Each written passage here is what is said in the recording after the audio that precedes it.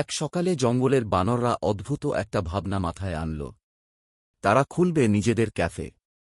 দলপতি চিকু বানর গাছের ডালে দাঁড়িয়ে ঘোষণা দিল, কলা স্মুদি, বাদামের বার্গার আর আমের পাই, আমাদের ক্যাফে হবে জঙ্গলের সেরা। সব প্রাণী উত্তেজিত হয়ে গেল। তোতা পাখিরা রাজি হল ওয়েটার হতে, হাতিরা মাল বহন করবে, আর খরগোশরা গাজরের মাফিন বানাবে বলে প্রতিশ্রুতি দিল।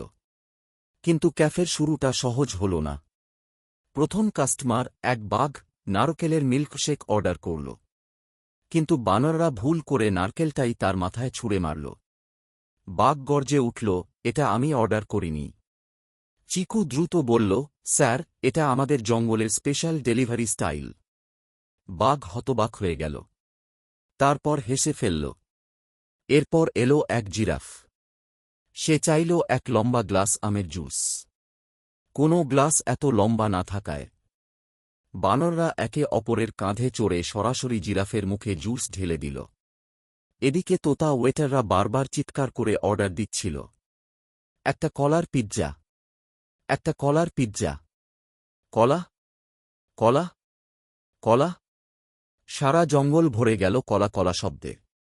সন্ধ্যা নাগাদ সব প্রাণী হেসে খেয়ে একেবারে অগোছালো অবস্থা তৈরি করল।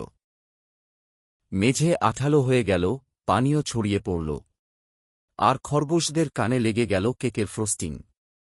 শেষে চিকু গর্ব করে বলল, আমাদের ক্যাফে হয়তো নিখুঁত না, কিন্তু এখানে কেউ আর ক্ষুধার্ত নয়।